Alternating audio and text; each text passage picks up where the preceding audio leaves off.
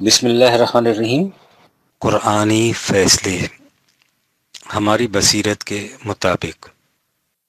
مضامین سابقہ جلد پنجم، 7واں باب ارکان اسلام کے مقاصد۔ حج کا مقصد۔ جب حج کا زمانہ قریب آتا ہے تو تقاضے موصول ہونے لگ جاتے ہیں کہ حج کے مقصد کے متعلق لکھا جائے۔ ہم اس سلسلے میں بہت کچھ لکھ چکے ہیں، لیکن احباب کے مطالبے کے پیش نظر ہم ذیل میں پرویز صاحب کی وہ تقریر درج کرتے ہیں جو انہوں نے نومبر 1948 میں ریڈیو پاکستان سے نشر فرمائی تھی۔ اس سرزمین پر جب سے انسانی شعور نے آنکھ کھولی ہے، وہ ایک اہم سوال کے حل میں غلطاؤں پیچا نظر آ رہا ہے۔ یہ ظاہر ہے کہ انسان نے باہمی مل جل کر رہنا ہے، اور جب وہ مل جل کر رہتے ہیں تو ان کے مفاد ایک دوسرے سے ٹکراتے ہیں۔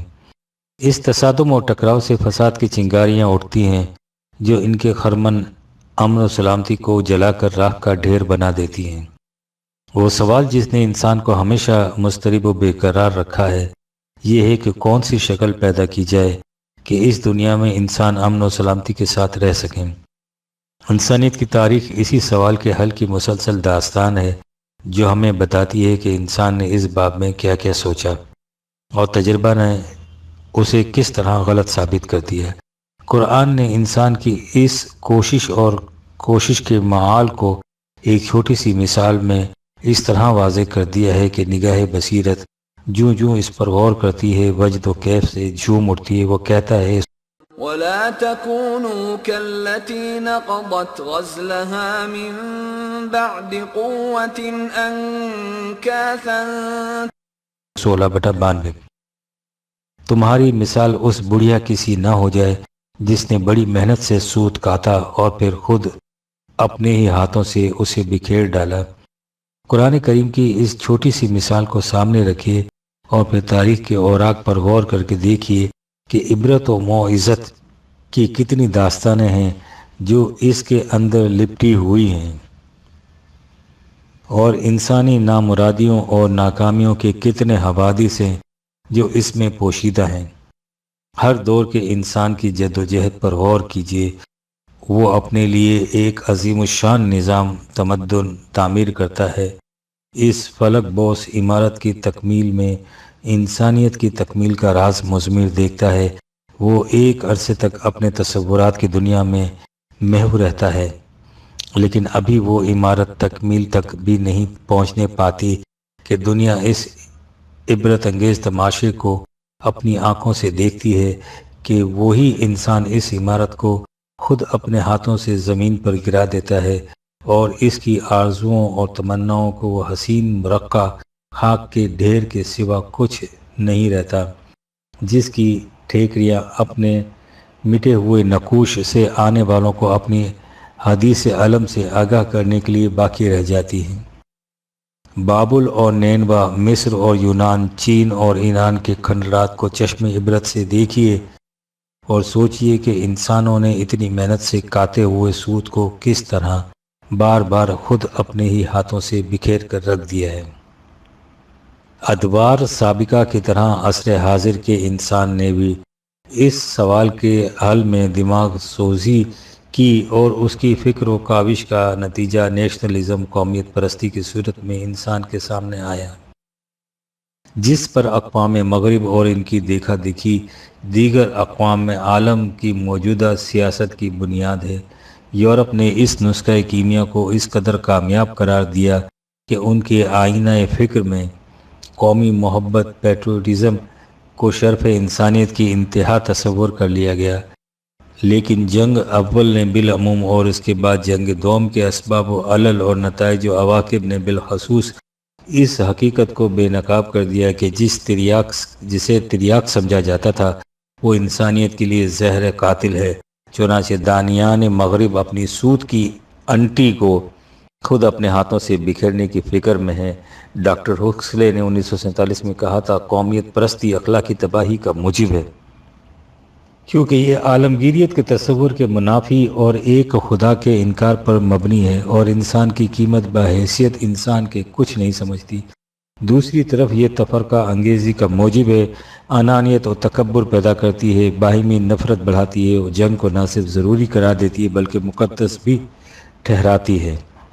اب اس مسئلے کا حل یہ سوچا جا رہا ہے کہ مختلف اقوام کے گروہوں کو ملا کر متحدہ حکومتیں قائم کی جائیں، حتیٰ کہ تمام اقوام عالم کی ایک مشترکہ حکومت قائم ہو جائے۔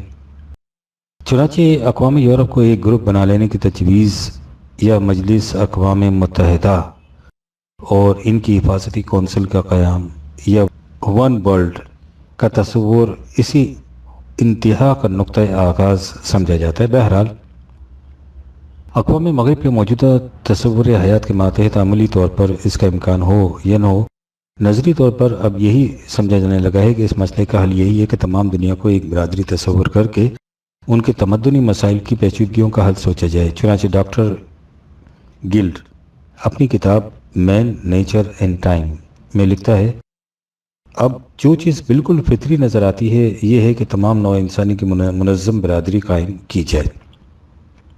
یہ ہے وہ حل جس تک ذہن انسانی 20ویں صدی تک پہنچ سکا ہے، لیکن آج سے یہ 1400 سال پیش تھا جبکہ دنیا کی یہ حالت تھی کہ ایک گاؤں کے رہنے والے دوسرے گاؤں کے باشندوں سے بھی بمشکل واقف ہو سکتے تھے۔ قرآن نے یہ كان الناس أمة واحدة فبعث الله النبيين مبشرين ومنذرين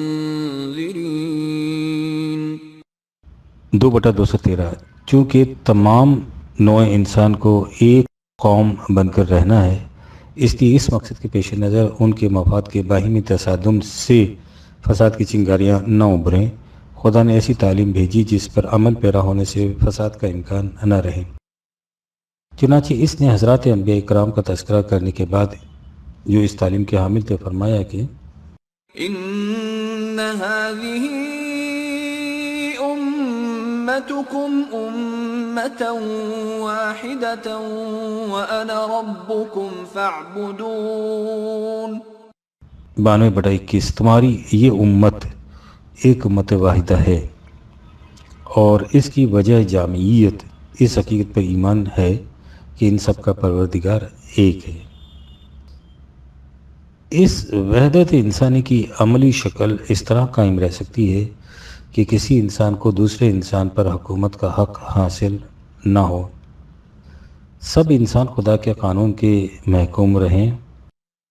یہ تعلیم اپنی آخری شکل میں قرآن کریم کی روح سے انسانوں تک پہنچی، جس کا مقصود تمام نوع انسانی کو ایک برادری تصور کر کے جمعیت اقوام کی بجائے جمعیت آدم کی عملی شکل میں تشکیل کرنا ہے۔ اگرچہ اسلام کے تمام احکام اور فرائض اسی نقطے کی طرف قدم اٹھاتے ہیں، لیکن اس کی تکمیل حج کے اجتماع میں ہوتی ہے جو اسلامی نظام کا اہم رکن ہے۔ حج سے مفہوم یہ ہے کہ تمام دنیا کے انسان بلا تفریق رنگ و نسل اور امتیاز زبان جو اس نصب العین پر ایمان رکھتے ہوں کہ دنیا میں کسی انسان کو دوسرے انسان پر حکومت کرنے کا حق نہیں ہے۔ محکومیت سے خدا کے قانون کی جائز ہے، اپنے اپنے ملکوں سے اپنے نمائندے چنیں۔ یہ نمائندے اپنے میں سے ایک منتخب کردہ امیر کی زیر قیادت مرکز وحدت انسانیت یعنی کعبۃ اللہ کی طرف روانہ ہوں۔ عرفات کے میدان میں ان تمام نمائندگان کا باہمی تعارف ہو، پھر یہ تمام عمرائے ملت اپنے میں سے ایک امیر الامراء انتخاب کر لیں اور مختلف ممالک کے احوال و ظروف کو سامنے رکھ کر باہمی مشاورت سے ایک ایسا پروگرام مرتب کر لیں جو آئندہ سال کے لیے اصولی طور پر بطور مشترکہ پالیسی اختیار کیا جائے اور جو امن و سلامتی، انسانیت کا ضامن اور فلاح و سعادت آدمیت کا کفیل ہو۔ ان کا منتخب کردہ امام اپنے خطبہ حج میں اس پروگرام کا اعلان کر دے جو دنیا کے گوشے گوشے تک پہنچ جائے۔ اس کے بعد یہ تمام نمائندگان مقام منی میں جمع ہو کر اس اصولی پروگرام کی تفصیلات و جزئیات پر غور کریں اور یہ سوچیں کہ ایک دوسرے ملک پر اس کا عملی اثر اور رد عمل کیا ہوگا۔ وہاں باہمی مذاکرات بھی ہوں اور دعوتیں اور ضیافتیں بھی جس کے لیے قربانی تجویز کی گئی ہے۔ اس کے بعد یہ نمائندگان اپنے اپنے ملکوں کو واپس آ جائیں اور اس طے شدہ پروگرام کے مطابق اپنے اپنے لوگوں کو چلائیں۔ یہ ہے وہ عملی طریقہ جو قرآن کریم نے تمام نوع انسانی کو ایک امت واحدہ بنانے اور ان کے تمدنی مسائل کا حل تجویز کرنے کے لیے بتایا ہے۔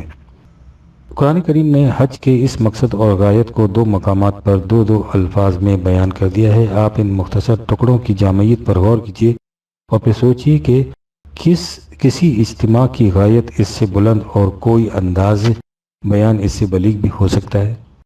ایک جگہ ارشاد ہے کہ حج کے اجتماع سے مقصود یہ ہے کہ لِيَشْهَدُوا مَنَافِعَ لَهُمْ 22/28 تاکہ لوگ اپنی آنکھوں سے دیکھ لیں کہ اس میں ان کے لیے کس قدر فائدے ہیں، اور اس کی غایت قیام للناس 5/97 یعنی اس سے دنیا میں انسانیت قائم رہے۔ غور کیجیے کہ دنیا میں کسی کانفرنس، کسی اسمبلی، کسی پارلیمنٹ، کسی اجتماع کا مقصد اس سے بلند ہو سکتا ہے کہ وہ اجتماع دنیا میں شرف انسانیت کے قیام کا باعث ہو، کسی خاص قوم، خاص جماعت، خاص ملک، خاص ملت کے قیام کا باعث نہیں بلکہ تمام نوع انسان کے قیام کا باعث۔ یہ ہے حج کے اجتماع کا مقصد، یعنی قیام للناس۔ کہا جا سکتا ہے کہ آج اقوام متحدہ کی مجلس UNO کے اجتماعات میں تمام دنیا کی قوموں کے نمائندے جمع ہوتے ہیں اور ان کے سامنے بھی یہی مقصد ہوتا ہے کہ دنیا میں امن و سلامتی رہے، پھر یہ اجتماعات اپنے مقصد پیش نظر میں کیوں کامیاب نہیں ہوتے؟ اور حج کے اجتماع میں وہ کون سی خصوصیت ہے جس کی بنا پر وہ اجتماع ایسے بلند و درخشندہ مقصد کے حصول کا ذریعہ بن سکتا ہے؟ حج کے اجتماع میں فی الواقع ایک خصوصیت ہے، اور وہ خصوصیت ہے ایک بندہ مومن کے اس عہد و پیمان کی جو وہ اپنے خدا سے باندھتا ہے اور جس کی تجدید حج کا نقطہ آغاز ہے۔ ایک عبد مسلم اپنے خدا سے اقرار کرتا ہے، قل ان صلاتي ونسكي ومحياي ومماتي لله رب العالمين 6/163 میری صلاۃ اور میرے مناسک، میرا جینا اور میرا مرنا سب کچھ فقط اللہ کے لیے ہے، کسی اور غرض کے لیے نہیں ہے، یعنی اس مقصد کے حصول کے لیے جو اللہ نے مقرر کیا ہے۔ یہ ہے وہ اقرار جس کی تجدید اس اجتماع عظیم سے پہلے تمام نمائندگان فداکارانہ انداز سے خدا کے گھر یعنی ملت حنفیہ کے مرکز محسوس کے گرد گھوم کر کرتے ہیں، اور اس طرح زمین و آسمان کو اپنے اس عہد پر گواہ ٹھہراتے ہیں۔ ان نصب العین کو دل میں لیے ہوئے یہ نمائندگان نوع انسانیت کی فلاح و سعادت کا پروگرام مرتب کرنے اور اس پر عمل پیرا ہونے کا عہد باندھتے ہیں۔ یہ ہے وہ خصوصیت جو دنیا میں کسی اور اجتماع کو حاصل نہیں ہے۔ لہٰذا وہ اجتماعات بلند آہنگ دعووں کے باوجود انسانیت کی فلاح و بہبود کے لیے نہ آج تک کچھ کر سکے ہیں اور نہ آئندہ کر سکیں گے۔ پہلی جنگ عظیم کے بعد اقوام مغرب نے جمعیت الاقوام لیگ آف نیشنز کی طرح ڈالی، لیکن علامہ اقبال کے الفاظ میں کفن چوروں کی یہ جماعت جس پوری طرح ناکام ہوئی واقعات اس پر شاہد ہیں۔ اس کے متعلق مسٹر ریویز اپنی کتاب ایناٹومی آف پیس میں لکھتا ہے کہ لیگ آف نیشنز کی ناکامی کی وجہ یہ تھی کہ وہ بین الاقوامیت کے غلط تصور پر قائم کی گئی تھی، اور اس کا خیال تھا کہ دنیا کے مختلف قوموں کے نمائندوں کو یکجا کر کے باہمی بحث و تمیز سے دنیا کا امن قائم رکھا جا سکتا ہے۔ دوسری عالمگیر جنگ کے بعد اقوام مغرب نے پھر اپنے ناکام تجربے کو دہرایا اور سمجھ لیا کہ لیگ آف نیشنز کا نام یونائٹڈ نیشنز آرگنائزیشن رکھ دینے سے کامیابی ہو جائے گی۔ یہ جمعیت اقوام متحدہ کس بری طرح ناکام ثابت ہو رہی ہے اس کا اندازہ اس سے لگائیے کہ ابھی 2 ہفتے ہوئے لندن کے اخبار ڈیلی میل نے کہا ہے کہ جمعیت اقوام متحدہ اپنی موجودہ حیت میں امن عالم کے لیے سخت خطرے کا موجب ہے، اس لیے اسے فوراً ختم کر دینا چاہیے، اور اس کی وجہ مسٹر ریوز کے الفاظ میں یہ ہے کہ ہمارے سامنے جو مسئلہ ہے وہ قوموں کے باہمی تعلقات کا مسئلہ نہیں، بلکہ اصل مسئلہ یہ ہے کہ نیشنلزم نے انسانی معاشروں میں جو خلجان پیدا کر رکھا ہے اسے کس طرح دور کیا جائے۔ اور یہ ظاہر ہے کہ یہ خلجان نیشنلزم یا انٹرنیشنلزم کے ذریعے دور نہیں ہو سکتا۔ جس چیز کی ضرورت ہے وہ نوع انسانی کی برادری ہے، نہ کہ بین الاقوامیت، یعنی وہی چیز جسے علامہ اقبال نے آج سے بہت پہلے ان الفاظ میں کہا تھا کہ اس دور میں اقوام کی صحبت بھی ہوئی عام، پوشیدہ نگاہوں سے رہی وحدت آدم، تفریق ملل حکمت افرنگ کا مقصود، اسلام کا مقصود فقط ملت آدم۔ مکے نے دیا خاک جنیوا کو یہ پیغام، جمیعت اقوام کے جمیعت آدم۔ حج سے مقصود اسی جمیعت آدم کی تشکیل تھا۔ اس حج پر نگاہ رکھی اور پھر اس حج پر جو آج چند رسوم کا بے جان اور بے مقصد مجموعہ بن کر رہ گیا ہے، لیکن اس آئین کون میں آج بھی وہی روح پیدا کی جا سکتی ہے جو انسانیت کے شرف کی کفیل ہے۔ آج عالم اسلامی چاروں طرف سے مصائب و نوازل سے گھرا ہوا ہے۔ غیر خدائی قوتیں ان کے خلاف ایک متحدہ محاذ قائم کیے ہوئے ہیں کہ دنیا کے نقشے پر کہیں ان کا نام نہ رہنے پائے۔ مسلم اقوام کے نمائندے مختلف مقامات پر کانفرنسیں منعقد کر رہے ہیں کہ باہمی اتحاد سے ان مخالف قوتوں کا مقابلہ کیا جائے۔ تمام اسلامی ممالک میں اخوت اور روابط کی تحریکیں چلائی جا رہی ہیں، باہمی میل ملاپ کے سلیقے ڈھونڈے جاتے ہیں۔ یہ سب کچھ ہو رہا ہے لیکن کسی کی نگاہ اس طریقے ربط اخوت کی طرف نہیں اٹھتی جسے ہمارے خدا نے ہمارے لیے متعین کیا تھا، جس سے ہمارے دلوں میں ائتلاف اور نگاہوں میں یک رنگی پیدا ہو جانی تھی۔ ہم اسے ایک بے کیف رسم بنائے ہوئے ہیں اور اس میں روح پھونکنے کی کوئی تجویز نہیں سوچتے۔ حقیقت یہ ہے کہ جب تک ہم دیگر اقوام عالم کی تقلید میں کانفرنسیں طلب کرتے رہیں گے، ہماری کامیابیاں انہی کے پیمانوں سے ناپی جائیں گی۔ لیکن جس وقت ہم نے اپنے اللہ سے بلایا ہوا عہد استوار کر لیا اور پھر اس مرکز کو زندہ کر دیا جس کی زندگی سے تمام نوع انسانی کی زندگی وابستہ ہے، اقوام عالم کی امامت ہمارے حصے میں آ جائے گی۔ ہماری زندگی کے چشمے کی سوتیں عرفات کے منبر سے پھوٹیں گی اور اسی سے ہماری کشت حیات سرسبز و شاداب ہوگی۔ آج مسلمانان عالم کو حج کا فریضہ پکار کر کہہ رہا ہے کہ اس سے مقصود یہ ہے کہ ایک مسلم حرم کی پاسبانی کے لیے نیل کے ساحل سے لے کر تابخا کاشور۔ حج بدل کی شرعی حیثیت۔ حج اسلامی عبادت کا 5واں رکن ہے اور وہ ہر ایسے بالغ عاقل مسلمان پر جو اس کے لیے سفر کے اخراجات برداشت کر سکتا ہو، پوری عمر میں صرف ایک دفعہ فرض ہے۔ خود رسول اللہ نے ملک عرب میں رہنے کے باوجود زندگی میں صرف ایک بار حج کیا تھا، لیکن آج کل مختلف اسباب کی بنا پر ہمارے معاشرے کے ایک طبقے میں دولت کی فراوانی ہو گئی ہے اور اگرچہ حج کا اصل مقصد ہماری نظروں سے اوجھل ہو چکا ہے، لیکن دولت مند لوگ زیادہ حجوں کی تعداد پر فخر کرنے کے لیے ہر سال حج کرنے پر مصر ہوتے ہیں۔ انہیں نفلی حج کہا جاتا ہے۔ چونکہ ہر سال حج کے موقع پر حجاج کرام کا ازدحام بڑھتا جاتا ہے، جس سے فریضہ حج ادا کرنے اور اس کا انتظام کرنے والوں کو طرح طرح کی مشکلات کا سامنا کرنا پڑ رہا ہے، اس لیے سعودی عرب کے مشہور دینی ادارہ رابطۃ العالم الاسلامی نے یہ اپیل کی کہ نفلی حج کرنے کی بجائے متعلقہ رقم کسی دوسرے دینی مقصد کے لیے خرچ کی جائے تو زیادہ ثواب ہوگا۔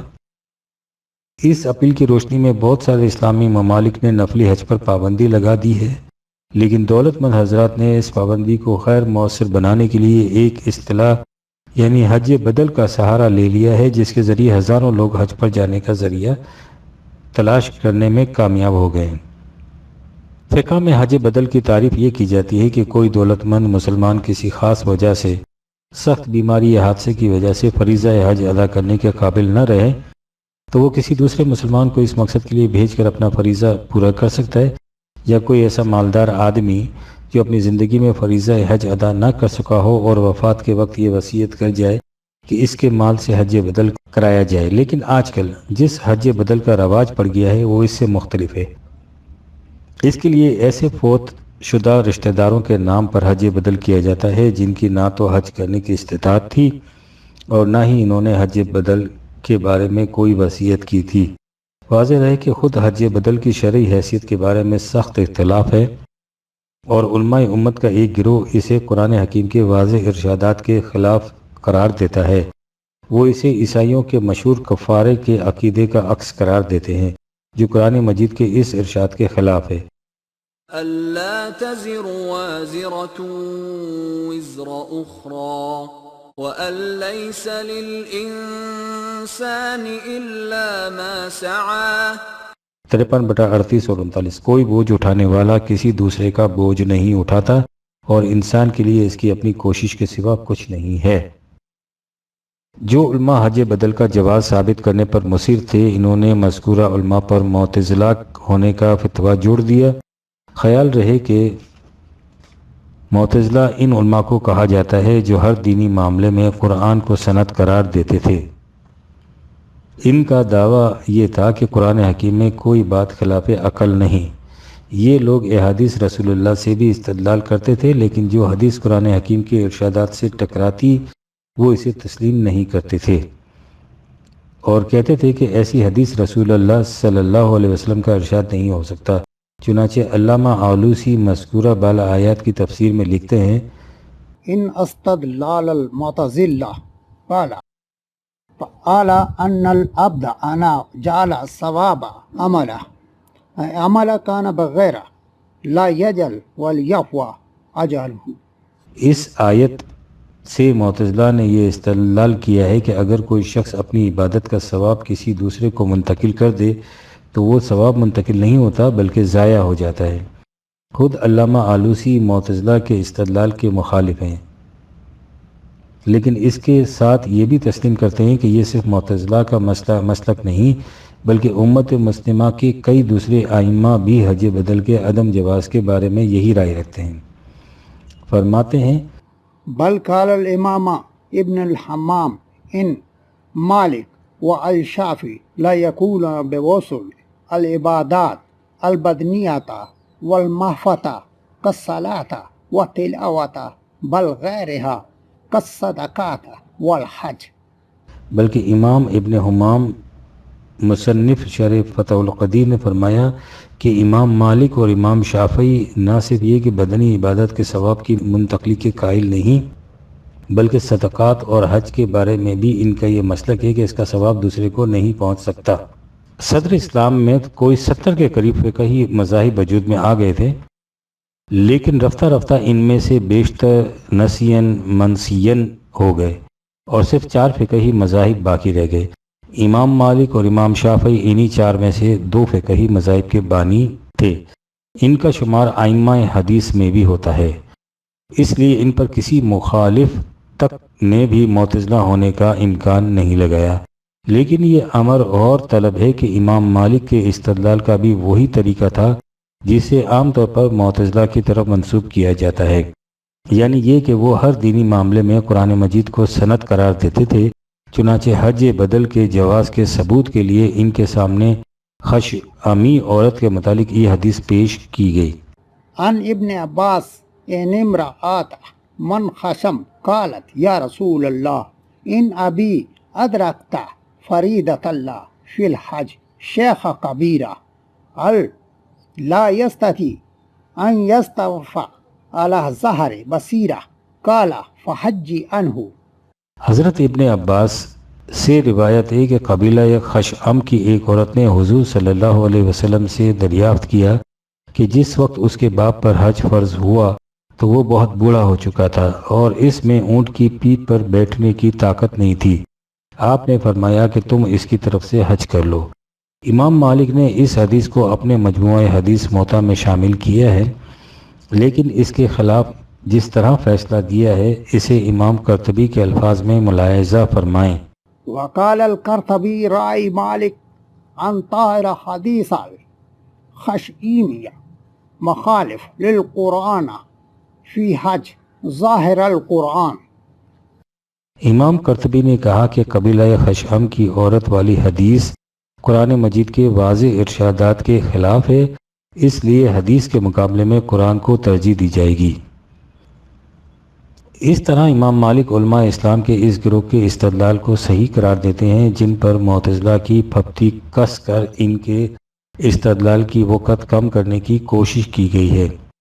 خیال رہے کہ امام مالک اس وقت تک کوئی فتویٰ صادر نہیں فرماتے تھے جب تک کہ وہ اس کا اطمینان نہ کر لیتے تھے کہ مدینہ منورہ کے کم از کم 70 علماء ویسی ہی رائے رکھتے ہیں۔ اس سلسلے میں علماء مدینہ کی اکثریت حضرت عبداللہ بن عمر کی روایت کردہ مندرجہ ذیل حدیث بھی پیش کرتے تھے۔ وروی سعید بن منصور وغیرہ ان ابن عمر بسناد صحیح ان لا ان احد۔ سعید بن منصور اور کچھ دوسرے راوی صحیح اسناد کے ساتھ حضرت عبداللہ بن عمر سے روایت کرتے ہیں کہ کوئی شخص کسی دوسرے کی جانب سے حج نہ کرے۔ سلف صالحین نے متفقہ طور پر حضرت عبداللہ بن عمر کو امت مسلمہ میں سب سے بڑا متبع سنت قرار دیا ہے، کیونکہ وہ چھوٹی سے چھوٹی سنت پر عمل کا اہتمام اس طرح کرتے تھے جس طرح فرائض کا اہتمام کیا جاتا ہے۔ یہی وجہ ہے کہ مدینہ منورہ کے تمام علماء حج بدل کو خلاف اسلام قرار دیتے تھے۔ آگے بڑھنے سے پہلے مناسب معلوم ہوتا ہے کہ امام مالک کی فقہ میں حج بدل کے خلاف جو تفصیلی احکامات ہیں ان کا متعلقہ حصہ بھی مختصراً قارئین کی خدمت میں پیش کر دیا جائے۔ مالکیہ کے نزدیک اگرچہ حج بدنی اور مالی عبادات کا مرکب ہے، لیکن اس میں بدنی عبادات کا حصہ غالب ہے، اس لیے اس میں کسی کو قائم مقام نہیں بنایا جا سکتا۔ پس جس پر حج فرض ہے اس کے لیے یہ جائز نہیں کہ اپنی طرف سے کسی کو حج بدل کے لیے مقرر کرے۔ یہی نہیں بلکہ مالکی مذہب میں ایسے شخص کے لیے سرے سے حج بدل کی نوبت ہی نہیں آتی، کیونکہ ان کے نزدیک جو شخص حج کرنے سے معذور ہو جائے اس سے یہ فریضہ ساقط ہو جاتا ہے۔ فرماتے ہیں ومن اجزا عن الحج بنفسه ولم يقدر عليه في الى عام من حیات فقد سقط عنه الحج بتاتا، جو خود حج کرنے پر عاجز ہو گیا اور زندگی کے کسی سال میں بھی اسے اس کی قدرت حاصل نہ ہوئی تو استطاعت کے باوجود حج اس سے ساقط ہو گیا۔ قبیلہ خشعم کی عورت والی روایت پر گفتگو کرتے ہوئے ہم نے کہا تھا کہ امام مالک نے اس روایت کو صحیح قرار دینے کے باوجود خلاف قرآن ہونے کی وجہ سے اسے مسترد کر دیا ہے، لیکن احناف کا استدلال عجیب ہے۔ ان کا ایک گروہ حج بدل کا قائل ہے، لیکن اس کے باوجود وہ اس حدیث کے ایک حصے پر عمل کرنے کو مکروہ قرار دیتا ہے۔ فتاوی عالمگیری میں اس بارے میں یہ فتویٰ سامنے آتا ہے، اگر کسی کی طرف سے عورت نے حج کیا تو جائز ہے اور مکروہ ہے۔ یہ محیط سرخوسی میں ہے۔ معاف بفرمائید یہ سنت نبوی کا عجیب انداز کا احترام ہے کہ اس کے مطابق عمل جائز بھی ہے اور مکروہ بھی ہے۔ اس کے علاوہ اس حدیث میں کافی اضطراب ہے، کسی روایت میں سائل عورت ہے اور کسی میں مرد، اس طرح جس کے بارے میں سوال کیا گیا ہے وہ کہیں باپ ہے اور کہیں بہن، اور بعض کے نزدیک حضور صلی اللہ علیہ وسلم کا یہ ارشاد خاص اس عورت کے لیے تھا، اور اس کی تائید میں وہ اس حدیث کا یہ آخری ٹکڑا پیش کرتے ہیں۔ حج عن ولیس للعہد بعدہ، اس کی جانب سے حج کر لو لیکن اس کے بعد کسی کے لیے جائز نہیں۔ حدیث میں اس اضطراب کی وجہ سے علماء احناف نے ایک دوسری غیر متعلقہ حدیث سے استدلال کیا ہے، لیکن اگر اس استدلال کو تسلیم کیا جائے تو پھر دوسرے بہت سے مسائل میں پیچیدگیاں پیدا ہوتی ہیں، یہاں تک کہ اس کے نتیجے میں ایسے تضادات ابھر کر سامنے آ جاتے ہیں جن سے حج بدل کا جواز مشکوک ہو کر رہ جاتا ہے۔ اس مقصد کے لیے پہلے انہوں نے یہ اصول قائم کیا: الاصل فی هذا الباب ان الانسان لا ان یجعل ثواب عمله لغیر صلاة وصوم وصدقات او غیرها عند آل السنة والجماعة لما ما ورع عن النبی علیہ السلام ان دہا بش املحین احدهما النفس والاخر عن امتہ۔ اس بارے میں اصل یہ ہے کہ اہل سنت والجماعت کے نزدیک ایک انسان اپنی عبادات مثلا نماز، روزہ یا صدقہ وغیرہ کا ثواب دوسرے شخص کو منتقل کر سکتا ہے۔ اس کی سند وہ حدیث نبوی ہے جس میں حضور صلی اللہ علیہ وسلم نے 2 ڈبڈبے مینڈے عید قربان کے دن ذبح کیے، ایک اپنی طرف سے اور دوسرا ساری امت کی جانب سے۔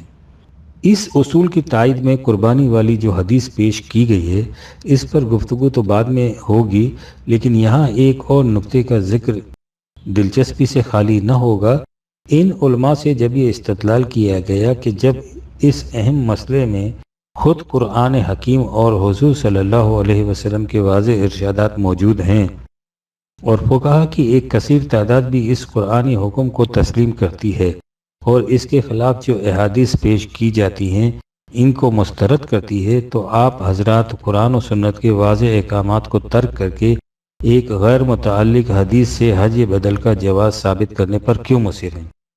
تو انہوں نے سرے سے قرآن حکیم کی اس آیت پر ہی ہاتھ صاف کر دیا اور اس کے ثبوت میں حضرت ابن عباس کی طرف منسوب یہ قول پیش کیا وعن ابن العباس ان الآیہ منسوخۃ کہ حضرت ابن عباس سے روایت ہے کہ یہ آیت لا تعذر وازرۃ منسوخ ہے۔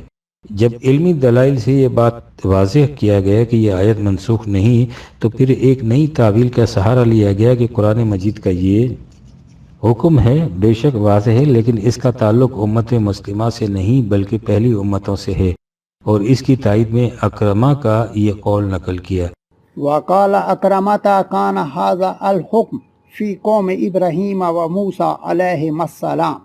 اکرمہ نے کہا ہے کہ قرآن کا یہ حکم کہ کوئی کسی کا بوجھ نہیں اٹھا سکتا حضرت ابراہیم اور حضرت موسیٰ علیہ السلام کی امتوں کے بارے میں ہے۔ یہ تو تھا ایک خلاف قرآن عقیدہ اور عمل کا جواز ثابت کرنے کے لیے قرآن کریم کے واضح ارشادات کے ساتھ سلوک۔ اب صحیح احادیث کے ساتھ ان کا طرز عمل ملاحظہ فرمائیں۔ ان حضرات سے جب یہ کہا گیا کہ حضرت عبداللہ بن عمر کی روایت کردہ حدیث کے مطابق حج بدل کے جواز کی کوئی گنجائش نہیں رہتی، تو انہوں نے اس بنیاد پر اس صحیح حدیث کو تسلیم کرنے سے انکار کر دیا کہ اس کے مقابلے میں دوسری بہت سی احادیث ہیں۔ ان احادیث میں سر فہرست خشعی عورت والی حدیث ہے۔ اس حدیث کے متعلق ہم بتا چکے ہیں کہ اس میں جہاں دوسرے علماء کے نزدیک اضطراب ہے، وہاں خود احناف اس کے آخری حصے پر عمل کرنے کو مکروہ قرار دیتے ہیں۔ اس سلسلے کی دوسری غیر متعلقہ قربانی والی حدیث ہے، لیکن اس کے بارے میں کچھ کہنے سے پہلے ہم حنفی فقہ کے ایک بنیادی اصول یعنی قیاس کے بارے میں کچھ عرض کرنا ضروری سمجھتے ہیں۔ اہل حدیث علماء کا حنفی فقہا پر سب سے بڑا اعتراض یہ ہے کہ وہ اکثر مسائل میں احادیث کو ترک کر کے قیاس یا رائے سے فیصلہ کرتے ہیں۔ چنانچہ آئمہ اہل حدیث کی کتابوں میں احناف کو اہل الرائے کے نام سے یاد کیا جاتا ہے، اور یہ حقیقت بھی ہے کہ یہ حضرات قیاس کے بادشاہ تھے، اور بعض اوقات اس سلسلے میں ایسی نکات آفرینیاں کرتے تھے کہ عقل دنگ رہ جاتی ہے۔ بائیں ہما حج بدل کے معاملے میں انہیں یہ تسلیم کرنا پڑا کہ کان مقتضی القیاس ان لا تجری النیابت فی الحج لتک زمنا المشکین البدنیت والمالیت۔ قیاس کا اقتضاء یہ ہے کہ بدنی اور مالی عبادتوں کے اجتماع کی وجہ سے حج بدل جائز قرار نہیں پاتا، لیکن یہ قیاس چونکہ ان کے خود ساختہ مسلک کے خلاف پڑتا تھا، اس لیے انہوں نے اپنے ہی فقہ کی اس اہم بنیاد کو ترک کر کے ایسی احادیث کا سہارا لیا جو آئمہ حدیث کے نزدیک ضعیف قرار پاتی ہیں۔ خش امی عورت والی حدیث کی تفصیلات پیش کی جا چکی ہیں۔ اب دوسری غیر متعلقہ حدیث بابت قربانی کو لیجئے۔ پہلی بات تو یہ ہے کہ علماء حدیث مندرجہ ذیل وجوہات کی بنا پر اسے ضعیف قرار دیتے ہیں۔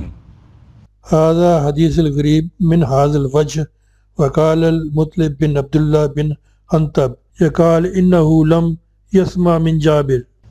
یہ حدیث اس وجہ سے غریب ہے کہ حدیث کے ایک راوی مطلب نے حدیث کے آخری راوی حضرت جابر سے اسے نہیں سنا تھا، اور جب علماء حدیث کی صحیح قرار دادہ احادیث موجود ہوں تو پھر اصولاً ضعیف حدیث سے استدلال نہیں کیا جا سکتا، لیکن اگر بالفرض اس حدیث کو صحیح تسلیم بھی کر لیا جائے تو اس سے ایک عجیب و غریب چونکا دینے والا نتیجہ سامنے آتا ہے۔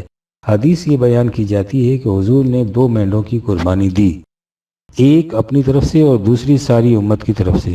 سو جب حضور ساری امت کی طرف سے قربانی دے چکے ہیں تو پھر امت کے کسی فرد کے لیے بھی قربانی کی ضرورت باقی نہیں رہتی۔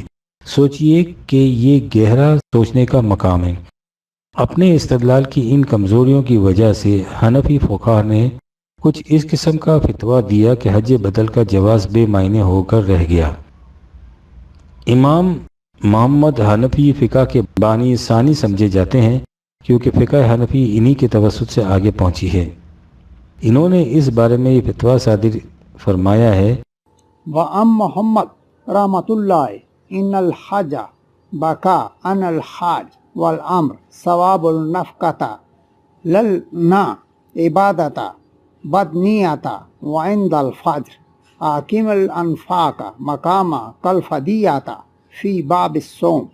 امام محمد سے روایت ہے کہ حج بدل میں حج تو حج کرنے والے کا ہوتا ہے، البتہ جس کی طرف سے حج کیا جاتا ہے اسے ان اخراجات کا ثواب ملتا ہے جو اس نے اس حج کے لیے مہیا کیے تھے۔ اس کی معذوری کی وجہ سے حج کے یہ اخراجات اصل حج کے قائم مقام ہو جاتے ہیں، جس طرح روزے کا فدیہ۔ اور یہ ظاہر ہے کہ جب حج بدل کرانے والے کا فریضہ حج ادا ہی نہیں ہوتا تو پھر ایسے حج بدل کا فائدہ کیا ہے؟ اور متاخرین علماء احناف کا بھی اس فتوے کے مطابق عمل رہا ہے۔ علامہ ابن الحمام فرماتے ہیں وعليه جمع من المتاخرين صدر الإسلام الاستجاني وقاضي خاف حتى نسب شيخ الإسلام هذا أصحابنا فقال على قول أصحابنا أصل الحج أن المأمور. اور متاخرین علماء حنفیہ کی ایک جماعت کا یہی مسلک ہے جس میں امام صدر اسلام الاستیہانی اور قاضی خاف شامل ہیں۔ شیخ الاسلام نے فرمایا کہ حنفی فقہ کے تمام ائمہ کا یہی مسلک ہے اور ان کے اس مسلک کے مطابق حج بدل میں صرف اسی کا حج ادا ہوتا ہے جو دوسرے کے اخراجات پر حج کرتا ہے، یعنی حج بدل کرانے والے کا حج ادا نہیں ہوتا۔ حنفی فقہ کے ایک دوسرے استدلال کی روشنی میں بھی حج بدل کا جواز مشکوک ہو کر رہ جاتا ہے، وہ یوں کہ ان کے نزدیک کسی قسم کی عبادت اجرت پر کرانی جائز نہیں۔ امام کاسانی فرماتے ہیں الاستجار على الصوم والصلاة والحج أن لا يسمع لا نهى من فروض الآيان. اجرت پر نماز، روزہ یا حج کی عبادت صحیح نہیں کیونکہ یہ عبادات فرض عین ہیں۔ اور پہ آخر مختصراً یہ کہ قرآن مجید، حدیث نبوی اور فقہا کے اقوال کے مطابق شریعت اسلامی میں حج بدل کی کوئی گنجائش نہیں۔ اس سلسلے میں امام مالک اور امام شافعی اور دوسرے علماء اسلام کی اکثریت کا فیصلہ واضح اور دو ٹوک ہے۔ اس کے برخلاف بعض علماء احناف نے جو اس کا جواز ثابت کرنے کی کوشش کی ہے تو اس سے قرآن حکیم کی ایک واضح آیت کو منسوخ قرار دینے کی نوبت آ گئی ہے۔ پھر انہیں اپنے مسلک کو ثابت کرنے کے لیے کئی تضادات کا سامنا کرنا پڑا ہے، حتیٰ کہ انہیں اس قسم کا فتویٰ دینا پڑا جس سے حج بدل کا جواز بے اثر ہو کر رہ گیا ہے، اور اس طرح حقیقت پر پردہ ڈالنے کے باوجود قرآن حکیم کی یہ سچائی ابھر کر سامنے آ گئی ہے کہ کوئی انسان کسی دوسرے انسان کا بوجھ نہیں اٹھائے گا اور ہر ایک کے لیے اس کے اپنے عمل کے سوا کچھ نہیں ہے۔ پروفیسر رفیع اللہ شہاب۔ طلوع اسلام دین یعنی قرآن نظام کی روح سے حج امت کے نمائندگان اور مبصرین کے اجتماع کا نام ہے، جس میں امت کے اجتماعی امور کے متعلق غور و فکر اور مشاورت ہوتی ہے۔ قرآن مجید نے 3 الفاظ میں جامع طور پر اس اجتماع کا مقصد واضح کر دیا ہے جب کہا کہ لِيَشْهَدُوا مَنَافِعَ لَهُمْ 22/28۔ اس اجتماع سے مقصد یہ ہے کہ لوگ اپنی آنکھوں سے دیکھ لیں، مشاہدہ کر لیں کہ ان کا نظام ان کی منفعت مفاد کے لیے کیا کچھ کر رہا ہے۔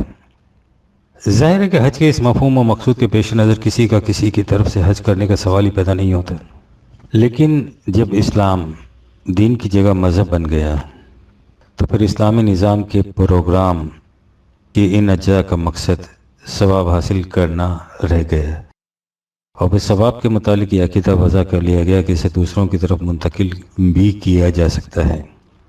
اسے ایصال ثواب کہا جاتا ہے۔ حج بدل بھی اسی اصل کی ایک شاخ ہے۔ اس میں حج کرنے والا حج کے ثواب کو اس شخص کی طرف منتقل کر دیتا ہے جس نے اسے حج کرایا ہے، یعنی حج کا ثواب تو وہ لے جاتا ہے اور حاجی کہلاتا ہے۔ یہ در حقیقت سرمایہ داروں کے چونچلے ہیں۔ سرمایہ دار محنت کی بغیر محض سرمایہ پر منافع حاصل کرتا ہے۔ جو کچھ وہ دنیاوی معاملات میں کرتا ہے وہ کچھ اخروی معاملات میں بھی کرنا چاہتا ہے۔ وہ حج کرنے کی محنت و مشقت سے بچتا ہے اور کسی دوسرے کو روپیہ دے کر اس کے بدلے میں حج کا ثواب حاصل کر لیتا ہے۔ وہ جنت خریدنے کے بیشتر معاملات میں ایسا ہی کرتا ہے۔ یہاں مسجد بنوا دی اور بلا محنت و مشقت محض سرمائے کے بدلے جنت میں گھر حاصل کر لیا۔ وقص على ذلك، ایصال ثواب کا عقیدہ اسی ذہنیت کا وضع کردہ ہے۔ روپیہ لگا کر دیگیں پکوائیں، اجرتوں پر حافظوں سے قرآن پڑھوایا اور مولوی صاحبان سے ختم دلوایا، اور اس سرمائے پر منافع یعنی ثواب یا تو جیتے جی وصول کر لیا یا مارنے کے بعد اگلی دنیا میں منگوا لیا۔ ایصال ثواب کا عقیدہ تو اپنی اصل کے اعتبار سے قرآن کریم کے قانون مکافات عمل کے یکسر خلاف ہے۔ قانون مکافات کا ملخص یہ ہے کہ ان احسنتم احسنتم لانفسکم وان اسأتم فلها 17/7۔ اگر تم کوئی اچھا نیک کام کرو گے تو اس کا فائدہ تمہارے اپنے لیے ہوگا، اور اگر کوئی برا کام کرو گے تو اس کا نقصان بھی تمہیں ہی اٹھانا پڑے گا۔ بات بالکل واضح ہے۔ آپ صبح کے وقت 4 میل کی سیر کرتے ہیں، اس سے آپ کی صحت پر نہایت اچھا اثر پڑتا ہے۔ کیا یہ ممکن ہے کہ آپ اپنی سیر کا یہ اثر اپنے بھائی کی طرف منتقل کر دیں جو اس دوران میں پڑا سوئے رہتا ہے؟ آپ اپنی سیر عمل کا نتیجہ خوشگواری صحت کسی دوسرے کی طرف منتقل کر ہی نہیں سکتے۔ لها ما کسبت وعلیہا ما اکتسبت، 2/286۔ جو اچھا کام کرتا ہے اس کا فائدہ اسی کے لیے ہوتا ہے، جو غلط کام کرتا ہے اس کا نتیجہ بھی اسی کو بھگتنا پڑتا ہے۔ ولا تزر وازرۃ وزر اخری، 6/165۔ کوئی کسی دوسرے کا بوجھ نہیں اٹھا سکتا، یہ ہے قانون مکافات عمل۔ اپنی محنت کی زائد ضرورت کمائی کو دین کے اجتماعی نظام فی سبیل اللہ کے لیے دے دینا ایک ایسا عمل ہے جس کا اجر معاوضہ خود اس عمل کے اندر مضمر ہوتا ہے۔ یہ نہیں کہ آپ کسی دوسرے کو روپیہ دے دیتے ہیں، وہ کچھ کام کرتا ہے اور اس کام کا اجر ثواب آپ کی طرف منتقل کر دیا جاتا ہے۔ اجر کام کا نتیجہ کام کرنے والے ہی کو ملتا ہے، وہ کسی دوسرے کی طرف منتقل نہیں ہو سکتا۔ یہ ہے قانون مکافات عمل جو دین کی اصل اور اساس ہے۔ پروفیسر شہاب صاحب مروجہ مذہب اسلام کے عقائد و رسوم کا جائزہ خود انہی حضرات کی مستند کتاب کی روشنی، کتب کی روشنی میں لیتے ہیں اور اس طرح ثابت کرتے ہیں کہ یہ کس طرح قرآن کے خلاف ہیں۔ ان کی اس قسم کی تحقیق و تدقیق اور صحیح و کاوش کا ایک نتیجہ یہ بھی ہوتا ہے کہ قارئین کو معلوم ہو جاتا ہے کہ وضعی روایات اور فقہ کی روح سے کس طرح غلط عقائد و اعمال کو مستند بنا کر پیش کیا جاتا ہے، حتیٰ کہ جب کوئی اور چارہ کار نہ رہے تو قرآن کی آیات کو منسوخ قرار دینے میں باک نہیں سمجھا جاتا۔ خدا ای سخت جاں را یار بادا، کہ افتادست از بام بلندے،